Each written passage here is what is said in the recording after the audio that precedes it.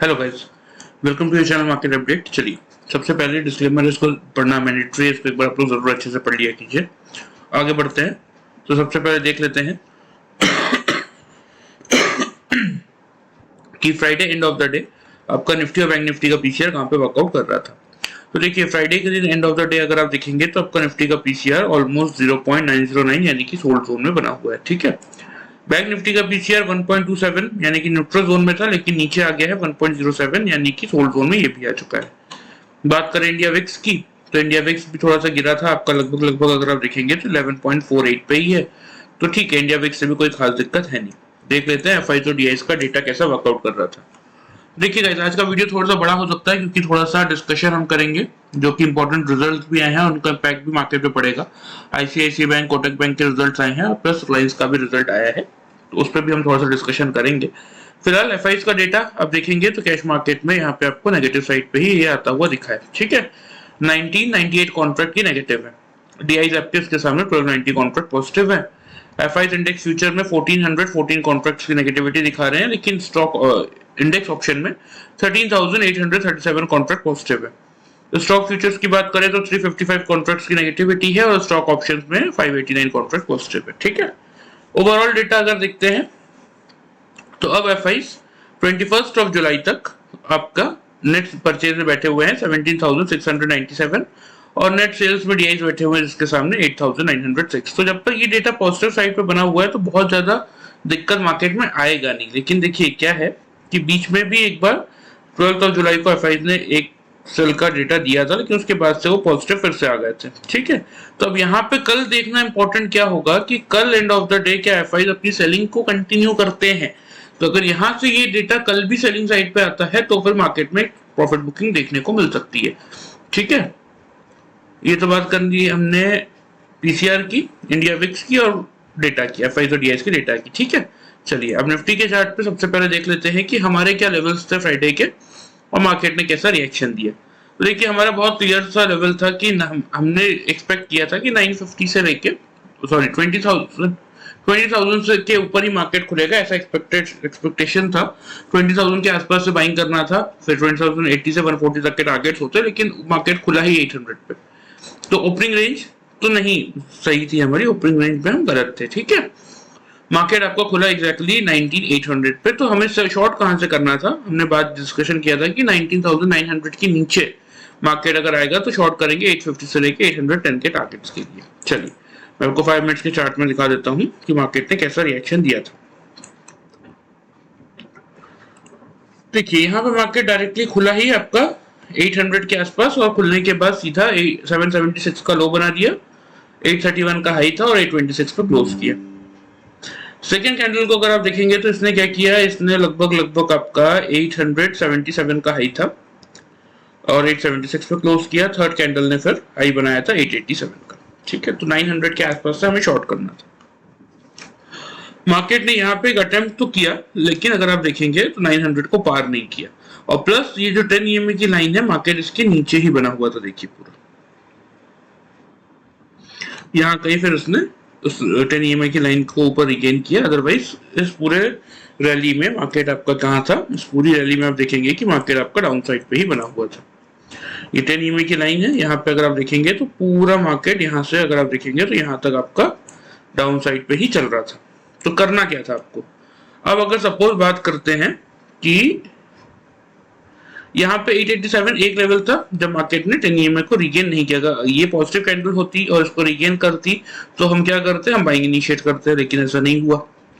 फिर चलिए यहाँ पे किसी ने अगर नहीं भी लिया तो मार्केट ने फिर उसको एक मौका दिया। यहाँ पे जब मार्केट ने फर्स्ट टाइम 10 ईएमए पे रेजिस्टेंस फेस किया, सेकंड टाइम फेस किया, थर्ड, तीनों कैंडल ने 10 ईएमए पे रेजिस्टेंस फेस किया, इवन फोर्थ कैंडल ने भी किया।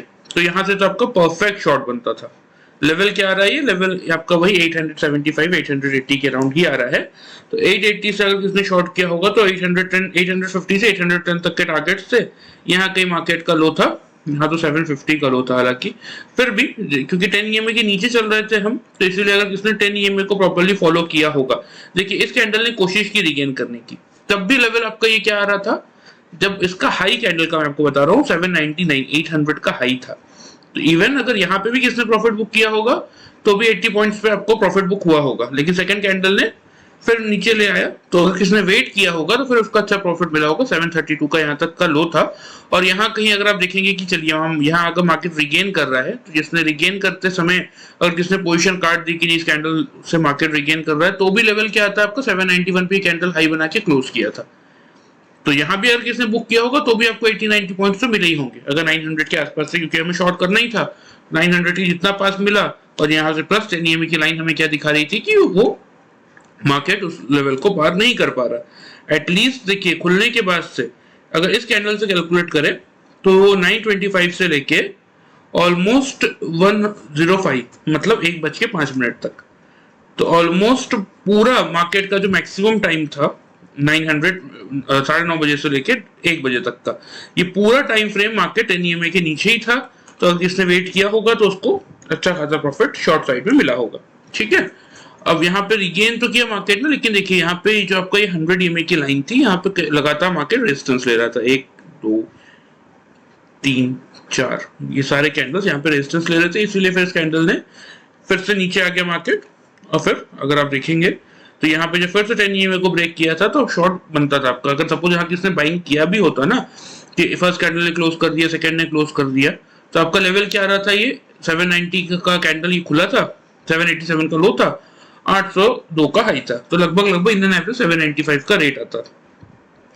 फिर यहाँ पे आपने क्या देखा 821 का जब कैंडल ने हाई बनाया, रेजिस्टेंस लिया, नीचे आया 10 EMA को टच करने, ब्रेक नहीं किया, फिर ऊपर गया रेजिस्टेंस लिया, फिर यहाँ पे फिर रेजिस्टेंस लिया, तो यहाँ पे आपको पोजीशन कायदे से काट देनी चाहिए बाइंग की, क्योंकि जब किसी भी एक EMA की लाइन पे मार्केट अगर लगातार सपोर्ट या रेजिस्टेंस ले रहा है, दैट मीन्स, जैसे कि मैं आपको हर एक उसमें समझाता भी, हमेशा मैं आपको यही समझाता हूँ, जैसे सपोज ये लाइन है और मार्केट फर्स्ट अटेम्प्ट में ऊपर गया, नहीं ब्रेक किया, नीचे आ गया, फिर ऊपर गया, नहीं ब्रेक किया, नीचे आ गया, तो ये जो पॉइंट है, इस पॉइंट पे आपको हमेशा पोजीशन एग्जिट कर देनी चाहिए। तो यहाँ भी आपको वही चीज देखने को मिली। देखिए मार्केट फर्स्ट अटेम्प्ट में ऊपर गया, नहीं फेस किया, नहीं ब्रेक किया, नीचे आ गया, फिर सेकंड अटेम्प्ट में ऊपर गया, नहीं ब्रेक किया, नीचे आ गया, थर्ड अटेम्प्ट भी किया, तो इसीलिए फिर आपको इस रेंज में कहीं ना कहीं पोजीशन काट देनी चाहिए, अगर 10 EMA के ऊपर निकलने के बाद अगर किसने यहाँ से बाइंग किया होता तो भी। ठीक है, अब देखिए उसके बाद जब मार्केट ने यहाँ पे कहीं इस कैंडल ने जैसे ही आपका 10 EMA का लेवल तोड़ा था, आपको बिल्कुल शॉर्ट करना था। क्यों करना था? क्योंकि देखिए यहाँ पे फिर 10 EMA के ऊपर जाने की कोशिश चल रही थी, नहीं कर पाया ये कैंडल 10 EMA को ब्रेक, तो यहाँ से फिर से आपका एक शॉर्ट बनता और फिर यहाँ तक के टारगेट्स आपको मिनिमम साइड पे मिलते, लेकिन फिर भी कोई फिर 10 EMA का वेट करके यहाँ पे भी पोजीशन अगर किसने काटी होगी ना, तो भी उसका प्रॉफिट हुआ होगा। कैसे हुआ होगा मैं आपको बताता हूँ। अगर सपोज यहाँ पे किसी ने बाइंग काट के 10 EMA के नीचे शॉर्ट किया होगा इस पॉइंट पे, तो ये वही लेवल आ जाता है 795 के आसपास का।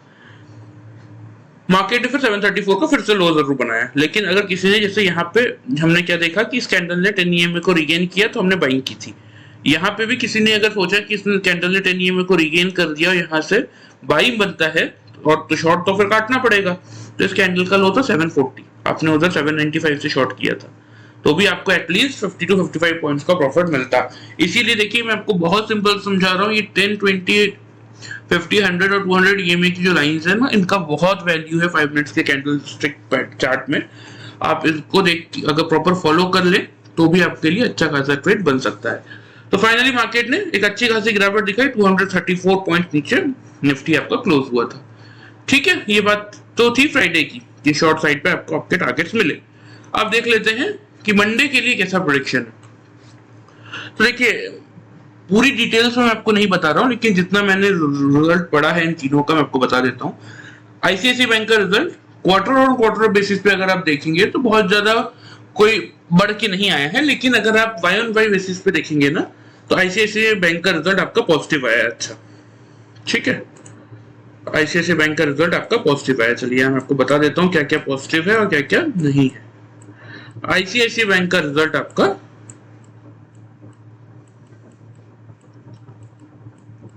पॉजिटिव है। बात करें अगर आपके कोटक बैंक की, कोटक बैंक का भी रिजल्ट आया है। कोटक बैंक का रिजल्ट ठीक ठाक है, मतलब क्वार्टर ऑन क्वार्टर तो नेगेटिव साइड पे ही दिखा मुझे, वाई ऑन वाई बेसिस पे पॉजिटिव है, तो इसको हम न्यूट्रल मान सकते हैं, बहुत ज्यादा इसका इम्पैक्ट पड़ने वाला है नहीं। बात करें रिलायंस की, तो रिलायंस का रिजल्ट थोड़ा सा नेगेटिव साइड पे आया है।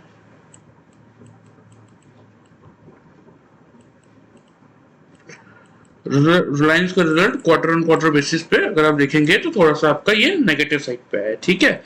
तो अब देखिए क्लियर सी एक बात समझिएगा जो मैं आपको हमेशा समझाता हूँ, ये दोनों आपके पार्ट है बैंक निफ्टी के, ये पार्ट है निफ्टी का, और इसका वेटेज और बैंक निफ्टी का वेटेज लगभग लगभग बराबर है। और सबसे मेजरली बात क्या है ना कि रिलायंस देखिए अभी भी आपका लाइफ टाइम हाई पे ही खड़ा है। अभी आपका रिलायंस चल रहा है लगभग लगभग 2550 के आसपास, ठीक है। 250 रुपए का जो उसका जियो वाला उन्होंने अलग किया है, उसको अगर आप जोड़ देते हैं तो भी ये 2810 यानी कि लाइफ टाइम हाई पे ही चल रहा है। तो यहां से जो ये खराब रिजल्ट है, नेगेटिव रिजल्ट आया है, इसका इंपैक्ट अगर देता है तो ये थोड़ा सा डाउनसाइड रैली आपको दिखा सकता है, ठीक है। तो और अगर रिलायंस गिरेगा तो वो फिर आपका कहीं ना कहीं निफ्टी को भी नीचे on the down side drag करेगा। और बैंक निफ्टी भले ही आईसीआईसीआई बैंक के रिजल्ट के कारण पॉजिटिव हो, लेकिन फिर भी क्योंकि वो है तो निफ्टी का पार्ट, तो अल्टीमेटली उसको आना नीचे ही पड़ेगा। और प्लस ऐसा नहीं है कि आईसीआईसीआई बैंक ने मतलब मार्केट ने आईसीआईसीआई बैंक के स्टॉक ने अच्छी खासी रैली की है, लगभग लगभग 1007 के आसपास का हाई बनाया है इस पूरी रैली में, ठीक है। तो उसमें देखना क्या है, देखिए बहुत सिंपल सा लेवल है कि कल खुलने के बाद अगर स्टॉक इस लेवल के ऊपर ट्रेड करता है तो ठीक है, स्टॉक को पोटेंशियल है, स्टॉक ऊपर जा सकता है आपका 1040 से लेके 1065 के लेवल तक, ठीक है। लेकिन अगर यही गिर के स्टॉक अगर ऑन द डाउन साइड आपका 990 के लेवल को तोड़ता है, ठीक है, तो फिर ये वापस से डाउन साइड जा सकता है 950 तक, क्योंकि लास्ट वीक में इन दोनों स्टॉक ने अच्छी खासी रैली ऊपर की तरफ की है। कोटक बैंक का भी सेम यही है। कोटक बैंक का जो लेवल है वो है आपका 1960 ऑन द डाउन साइड और ऊपर की तरफ 2000 का लेवल। इसको पार करेगा तो फर्दर रैली ऊपर की तरफ हो सकती है, 2050 से लेके 2080 तक के टारगेट बन सकते हैं, ठीक है। और अगर 1960 के नीचे निकलता है तो फिर एक बार ये 1910 तक के लेवल्स आपको दिखा सकता है। तो इसीलिए ध्यान रखिएगा, समझा रहा हूं जो चीज वो ध्यान से समझिएगा कि रिलायंस का वेटेज ऑलमोस्ट 30 to 35% के बीच का है निफ्टी में, ठीक है। बैंक निफ्टी का भी सेम उतना ही है, कम है इनफैक्ट इससे, शायद 32% का, एग्जैक्ट मुझे याद नहीं है अभी। तो इसीलिए अगर इसके दम पे, अगर आईसीआईसीआई बैंक के रिजल्ट के दम पे बैंक निफ्टी अगर रैली करता भी है अपसाइड, ठीक है, तो भी अगर रिलायंस के रिजल्ट का नेगेटिव इंपैक्ट आता है तो क्योंकि रिलायंस अभी भी ऑल टाइम हाई पे ही है, तो फिर एक डाउनवर्ड मोमेंटम आपको निफ्टी में देखने को मिल सकता है, और जिसके कारण बैंक निफ्टी को भी अल्टीमेटली नीचे आना पड़ सकता है। ये बात को थोड़ा ध्यान रखिएगा। बाकी सारे टारगेट्स वगैरह मैंने आपसे डिस्कस कर ही दिए हैं।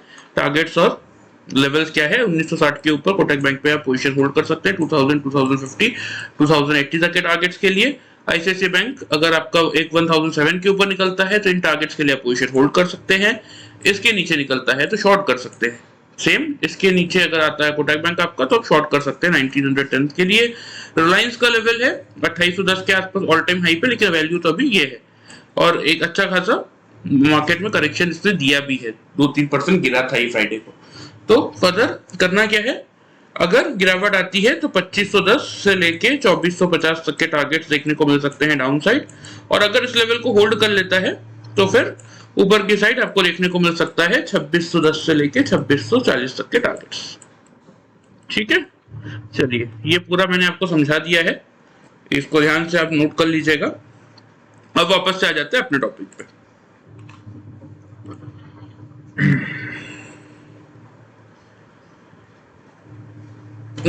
निफ्टी में कल क्या करना है, तो अभी तक हमने क्या देख लिया, अभी तक हमने ग्लोबल मार्केट देख लिया, रिजल्ट्स में कैसे क्या इंपैक्ट आ सकता है, क्या टारगेट बन सकता है वो देख लिया हमने। बच क्या गया, ओपन इंटरेस्ट का डेटा बच गया, वो थोड़ा सा देख लेते हैं। चलिए 27 जुलाई मंथली एक्सपायरी, इमीडिएट हडल आएगा 19,800 पे, क्योंकि हम बंद हुए 740 के अराउंड, 745 के अराउंड। तो 1 crore 2 lakh already call writers है, 81 लाख आपके पुट राइटर्स है। 900 पे 1 करोड़ 10 लाख आपके कॉल राइटर्स है और 43 लाख से पुट राइटर्स है। बात करें 20,000 पे 97 लाख कॉल राइटर, इसके सामने सिर्फ 18 लाख से पुट राइटर्स है। तो ये तीनों इंपॉर्टेंट रेजिस्टेंस का काम कर रहे हैं, ठीक है। डाउन साइड अगर देखेंगे तो 700 पे 27 लाख कॉल राइटर है, 53 लाख पुट राइटर्स है, तो ये थोड़ा सा आपका कर सकता है आपका सपोर्ट का काम। फिर अगला सपोर्ट कहाँ आएगा, 650 पे आएगा, जहां पे 4 लाख के अराउंड कॉल राइटर्स है और 43 लाख पुट राइटर्स है, ठीक है। और फिर बड़ा सपोर्ट आपका ये 600 के आसपास, जहां पे 50 लाख पुट राइटर्स है और 11 लाख की कॉल राइटर्स है, ठीक है। तो देखिए ओपन इंटरेस्ट का डेटा हमें क्या बता रहा है, ओपन इंटरेस्ट का डेटा हमें क्या ये बता रहा है कि आपका ये जो पोजीशन है ये 600 से लेके 650 का जो जोन है, 19,600 से लेके 19,650, ये आपके लिए इस समय कर रहा है सपोर्ट का काम, ठीक है। ऊपर लेकिन 800 से लेके 900, ठीक है, 19,800 का जो जोन है ये कर रहा है हमारे लिए रेजिस्टेंस का काम,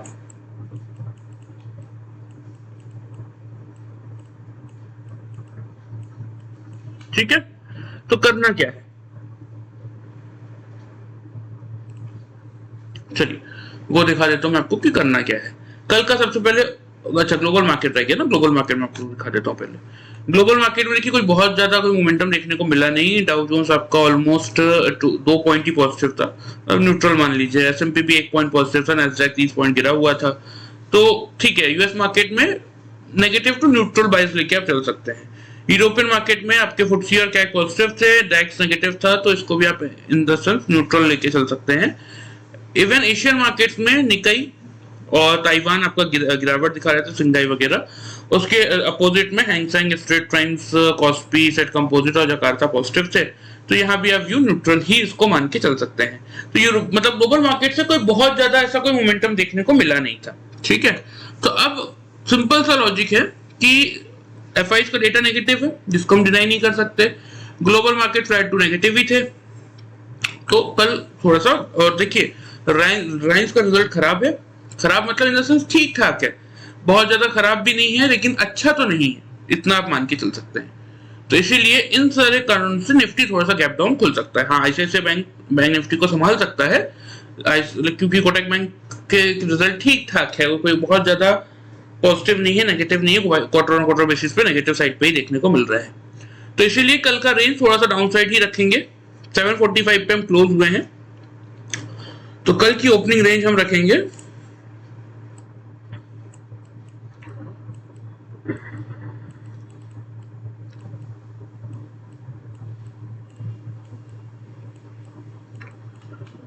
19,680 से लेके 19,730, थोड़ा सा गैप डाउन तो खुलेगा मार्केट, ठीक है।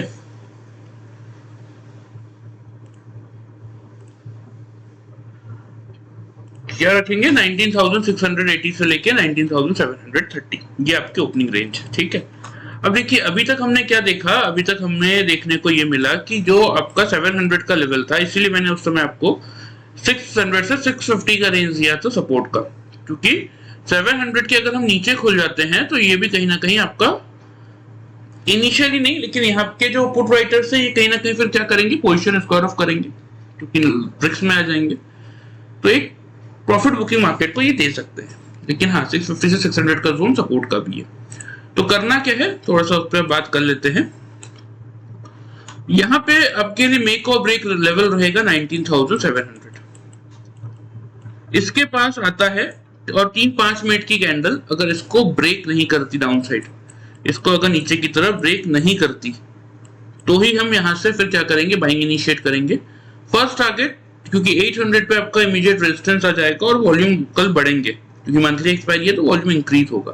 तो ठीक है, आपका फर्स्ट टारगेट यहाँ पे होने वाला है टारगेट 1, 19,750। सेकेंड टारगेट बनेगा आपका, टारगेट 2 बनेगा आपका इसमें 19,790। और अगर फिर वॉल्यूम एडिशन अच्छा आ जाता है और मार्केट 800 का लेवल ब्रेक कर देता है, तो फिर आप 19,800 850 के टारगेट्स के लिए पोजीशन लेके चल सकते हैं। ये 3 टारगेट अपसाइड आपका रहेगा। स्टॉप लॉस रहेगा 19,650 का आपका रहेगा स्टॉप लॉस। ये आपका बाइंग का केस है, ठीक है। बाइंग में आपको क्या करना है, 19,700 के आसपास या फिर थोड़ा सा नीचे खुल के अगर 19,700 को रिगेन कर लेता है और फिर इसको ब्रेक नहीं करती 3 कैंडल, तभी आपसे बाइंग इनिशिएट करेंगे।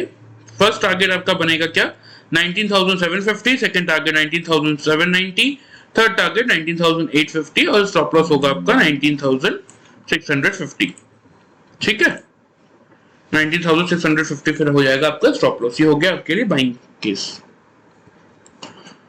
शॉर्ट में कैसे क्या वर्कआउट करना है, चलिए इनको मैं मार्क भी कर देता हूं पहले आपके लिए जो लेवल्स है।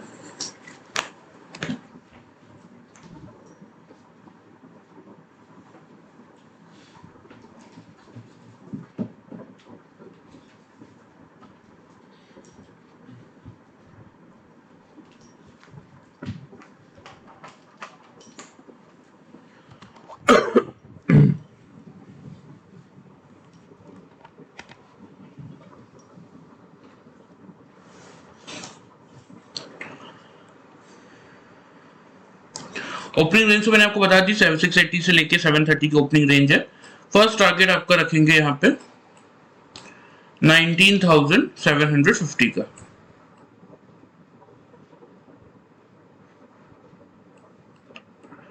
सेकेंड टारगेट आपका बनेगा यहाँ पे 19,790 का, ठीक है। थर्ड टारगेट दे रहा हूं इसीलिए क्योंकि अगर वॉल्यूम एडिशन, क्योंकि इस समय हम देख रहे हैं कि वॉल्यूम एडिशन जनरली आ जाता है, तो मार्केट अगर 800 का लेवल फिर तोड़ के निकल जाता है ना, तो आपको यहाँ कहीं ये जो 850 का टारगेट है ये आता हुआ मार्केट दिखाएगा, तो पूरा प्रॉफिट आप लेके जा सकते हैं, ठीक है। डाउन साइड क्या करना है थोड़ा सा वो समझते हैं। सेल के केस में सेल हम इनिशिएट करेंगे, सेल के लिए भी लेवल यही रहने वाला है, ठीक है। 19,700 के नीचे अगर मार्केट ट्रेड करना स्टार्ट कर देता है, 3-5 मिनट कैंडल अगर इसके नीचे क्लोज करती है, ठीक है, नीचे क्लोज कर लेती है, तो फिर आप यहां से शॉर्ट इनिशिएट कर सकते हैं। फर्स्ट टारगेट आपका बनेगा 19,650, सेकेंड टारगेट बनेगा 19,610। स्टॉप लॉस 19,750 का रखिए, आप फिर शॉर्ट करके चल सकते हैं, ठीक है। क्लियर है, चलिए मैं आपको मार्क भी कर देता हूं। 19,700 के नीचे अगर 3-5 मिनट की कैंडल क्लोज करती है तो आप शॉर्ट इनिशिएट कर सकते हैं। 650 का फर्स्ट टारगेट होगा, 610 का सेकंड टारगेट होगा, स्टॉप लॉस 750 का रहेगा, ठीक है। लेकिन ये इतना ध्यान में रखिएगा, कल के लिए 2 चीजें मैं आपको बता देता हूं कि एक तो सबसे पहले कि अगर 700 का लेवल टूटा और मार्केट 610 के आसपास आके यहाँ कहीं क्लोज कर देता है 600 के आसपास, प्लस एफआईज का डेटा अगर कल भी आपका नेगेटिव आता है, तो फिर इसका मतलब ये होगा कि मार्केट कहीं ना कहीं अब यहां से एक नेगेटिव रैली दिखाने के लिए तैयार हो रहा है, ठीक है। कि मार्केट ने जो 19,990 का हाई बनाया था, ये फिर आपका बन जाएगा नया टॉप और मार्केट फिर यहां से एक प्रॉफिट बुकिंग दिखा सकता है अगर कल भी एफआईज का डेटा नेगेटिव आता है और मार्केट अगर इस लो पॉइंट पे 610 के अराउंड अगर क्लोज करता है तो। क्योंकि देखिए सब मार्केट में आपको यहाँ पे ही बताएंगे कि रिलायंस का रिजल्ट पॉजिटिव है, ठीक है, या फिर आपका आईसीआईसी बैंक अकेले मार्केट को खींच लेगा या कोटक बैंक आपको मार्केट को खींच देगा, लेकिन ऐसा कुछ भी नहीं है। देखिए मैं आपको क्लियरली बता देता हूँ, कोटक बैंक का रिजल्ट मुझे नहीं लगा अच्छा, रिलायंस का रिजल्ट मुझे नहीं लगा अच्छा, हाँ आईसीआईसी बैंक का रिजल्ट अच्छा है, क्वार्टर ऑन क्वार्टर बेसिस पे भी 7-8% का प्रॉफिट और ईयर ऑन बेसिस पे 38 to 40% का प्रॉफिट दिखाए। लेकिन ठीक है, अकेले आईसीआईसी, जैसे कि मैंने आपको लास्ट अभी भी समझाया कि आईसीआईसी बैंक और कोटक बैंक आपका बैंक निफ्टी का पार्ट है और जितना वेटेज निफ्टी में रिलायंस का है उतना ही वेटेज बैंक निफ्टी का है। तो अगर रिलायंस, और सबसे मेजरली बात जो है ना कि ये सारे स्टॉक रैली ऑलरेडी कर चुके हैं, लास्ट वीक इनमें मोमेंटम अच्छा आ चुका है, ऐसा नहीं है कि इन्होंने रैली नहीं की है। अगर रैली नहीं की होती तो एक बार हम मान सकते थे कि नहीं बहुत बड़ा मोमेंटम है मार्केट में, लेकिन नहीं, ऐसा कुछ नहीं है। आईसीआईसीआई बैंक अगर मैं आपको दिखाऊं तो देखिए आईसीआईसीआई बैंक आपका ऑलमोस्ट अगर आप देखेंगे ना, ये डेली चार्ट है, देखिए 25 अप्रैल से जो ये इन्होंने रैली स्टार्ट की थी उसके बाद लगातार ये वापस से उसी लेवल के आसपास आया जरूर है। 20 जून के आसपास एक लो बनाया है इसने 914 का, लेकिन उसके बाद से जो इसने रैली पकड़ना स्टार्ट की है ना, कि अच्छा खासा ये 1001 तक का हाई बना चुका है।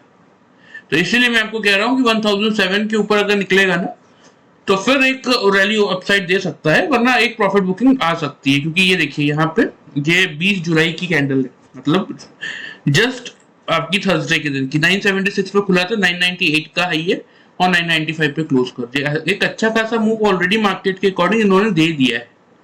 और अब अगर आप ये देखेंगे तो ये देखिए इसका 10 ईएमए से इसका गैप बहुत दूर है। तो एक बार ये इसके आसपास आएगा इसको टच करने तो 972 तक ये आ सकता है, इसीलिए थोड़ा सा ध्यान रखिएगा। दूसरा अगर बात करें कोटक बैंक की, कोटक बैंक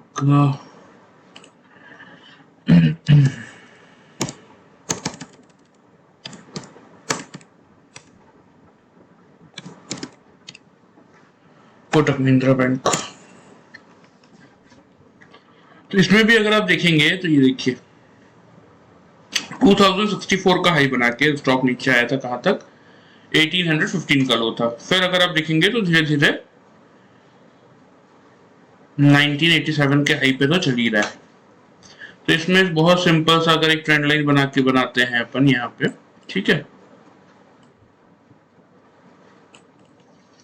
तो या तो कल के दिन में ये जो लेवल है, क्योंकि क्लोज कहाँ किया 1970 पे तो क्लोज ही किया है, तो कल के दिन के अकॉर्डिंग ये लेवल आता है आपका 1985।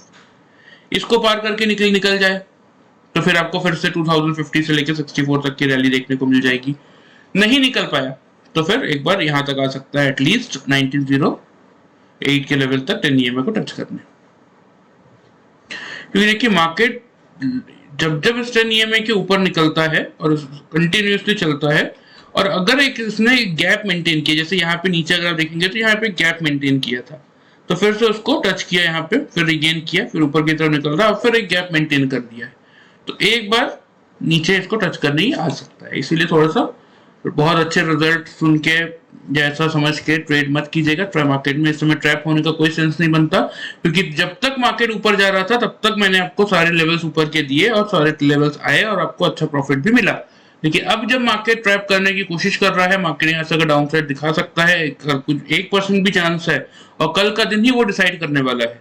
तो इसीलिए फालतू में किसी भी स्टॉक में किसी में भी रिजल्ट बेस्ड ट्रैप होने की जरूरत नहीं है आप लोगों को। अब बच गया आपका रिलायंस। ये देखिए अब रिलायंस में ऑलरेडी एक शायद वीकली पे बना हुआ था ये लाइन की है,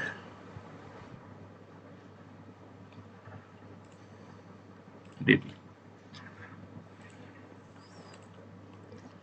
अब रिलायंस में मैं ऐसा क्यों कह रहा हूं कि यहाँ पे देखिए 20 मार्च के आसपास का ये लो था। क्या लो था आपका 1980 के अराउंड 79 से, ठीक है। अब वहां से मार्केट लगातार जो रैली कर रहा है एग्जैक्टली अगर आप देखेंगे तो कोई साइजेबल प्रॉफिट बुकिंग नहीं आई। मार्केट यहाँ पर गया, हल्की सी प्रॉफिट बुकिंग दी, फिर यहाँ पे गया, साइडवेज हुआ, फिर वहीं कंसोलिडेशन करने के बाद थोड़ा सा ऊपर नीचे करके डायरेक्टली फिर निकल ही गया। हाई क्या है 2630 का हाई है, और अगर आप देखेंगे तो क्लोज किया है 2538 के लेवल पे। मतलब मार्केट ने कहीं ना कहीं ऑलरेडी इसके रिजल्ट को डिस्काउंट कर दिया है। 3% के आसपास की गिरावट ऑलरेडी स्टॉक में आ चुकी है, तो कल हो सकता है कि बहुत ज्यादा नेगेटिव ना हो, क्योंकि अब ये एग्जैक्टली देखिए जैसे कि मैंने प्रीवियस चार्ट में आपको क्या दिखाया कि जब जब मार्केट ऊपर जाता है एक बार अपने 10 ईएमए को टच करने आता है, किया 10 ईएमए को टच, एग्जैक्टली इसमें 10 ईएमए का लेवल था इसका 2522 का 2523 का लो था। अब अगर ये लेवल टूटा तो फिर एक बार रिलायंस यहां तक आएगा आपका 2460 तक। तो इसीलिए कल के दिन में या तो ये 2550 के ऊपर निकल जाए तो फिर से आपको 2600 से लेके 2640 तक के टारगेट जो मैंने आपको दिए वो देखने को मिलेंगे आपको। अदरवाइज या अगर ये 2550 के नीचे ही बना रहा, नहीं ब्रेक कर पाया, तो फिर ये एक बार आपका 2460 तक जाने को तैयार है, और उस कंडीशन में देखिए मार्केट में फिर एक नेगेटिव रैली आ सकती है, क्योंकि निफ्टी भी अगर आप देखेंगे तो अच्छा खासा गिरावट दिखा चुका है। अब ये तो बात हो गई आपकी निफ्टी की। टारगेट्स वगैरह तो मैंने आपको सब दे ही दिए हैं, ये रहे आपके सारे टारगेट्स। 700 को अगर नहीं ब्रेक करेगा तो ही बाइंग करेंगे। 750, 790, 850 तक के टारगेट, नीचे 650 आपका स्टॉप लॉस। 700 को ब्रेक कर देता है और 5 मिनट की 3 कैंडल अगर क्लोज कर देती है, शॉर्ट इनिशिएट करेंगे। 650 से 610 के टारगेट होंगे, ऊपर 750 आपका स्टॉप लॉस होगा। बच गया बैंक निफ्टी। बैंक निफ्टी में भी देख लेते हैं। बैंक निफ्टी में देखिए ICICI बैंक का रिजल्ट बहुत अच्छा है। सबको लग रहा है कि बैंक निफ्टी अकेले ही निफ्टी को खींच के ले जाएगा ऊपर। होता है, देखिए मैं डिनाई नहीं कर रहा हूँ, होता है, लेकिन एक्चुअल में अगर आप देखेंगे तो क्या हुआ कि बैंक निफ्टी भी निफ्टी का एक पार्ट है और वेटेज बैंक निफ्टी का जितना है इज इक्वल टू रिलायंस। ठीक है, तो इतना इजी होगा नहीं बैंक निफ्टी के एक कंपोनेंट के लिए कि वो पूरे बैंक निफ्टी को भी ऊपर खींचे और पूरा बैंक निफ्टी से निफ्टी को भी ऊपर खींचे, इतना पॉसिबल है नहीं। हाँ, लेकिन ये हो सकता है कि रिलायंस में 3% का एक डीप कट देखने को मिल चुका है, तो अगर रिलायंस का स्टॉक थोड़ा सा पॉजिटिव रिएक्ट कर देता है तो फिर ICICI बैंक निफ्टी की हेल्प करके उसको ऊपर ले जाएगा और बैंक निफ्टी भी फिर ऊपर की तरफ रैली आपको कर सकता है, जिसके साथ निफ्टी भी आपका ऊपर जा सकता है। इसीलिए लेवल्स का ध्यान रखिए, लेवल्स के अकॉर्डिंग करेंगे तो सब इजी होगा। देखिए 46,000 मेक और ब्रेक लेवल है बैंक निफ्टी में। 35 लाख पुट राइटर्स है, 24 लाख आपके कॉल राइटर्स हैं। फिर कोई बहुत बड़ा मुझे तो नहीं दिख रहा अभी सपोर्ट सीधा आएगा 45,500 पे, जहाँ पे 18 लाख आपके कॉल पुट वाले हैं और कॉल वाले हैं 6.5 लाख। ऊपर भी कोई बहुत बड़ा रेजिस्टेंस नहीं दिख रहा है। हाँ, 46,500 पे आएगा। 20 लाख आपके कॉल वाले हैं, जिसके सामने सिर्फ 2,40,000 पुट राइटर्स हैं।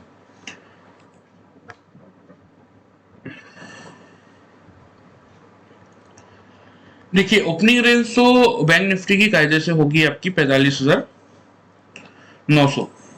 ठीक है, ओपनिंग रेंज बैंक निफ्टी की अगर बात करें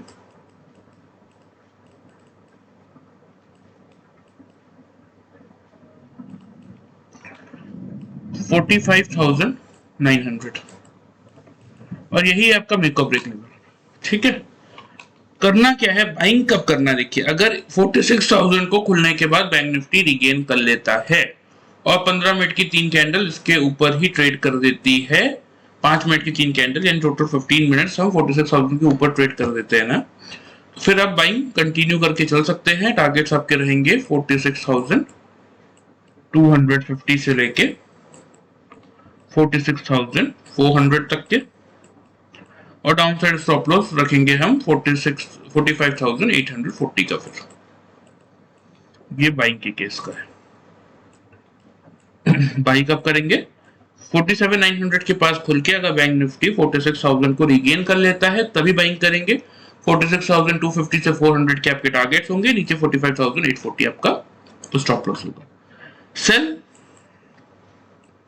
अगर 45,900 के नीचे 3 कैंडल क्लोज कर देती है तो फिर शॉर्ट इनिशिएट करेंगे, क्योंकि हमने क्या देखा बहुत बड़ा सपोर्ट 45,500 से पहले है नहीं।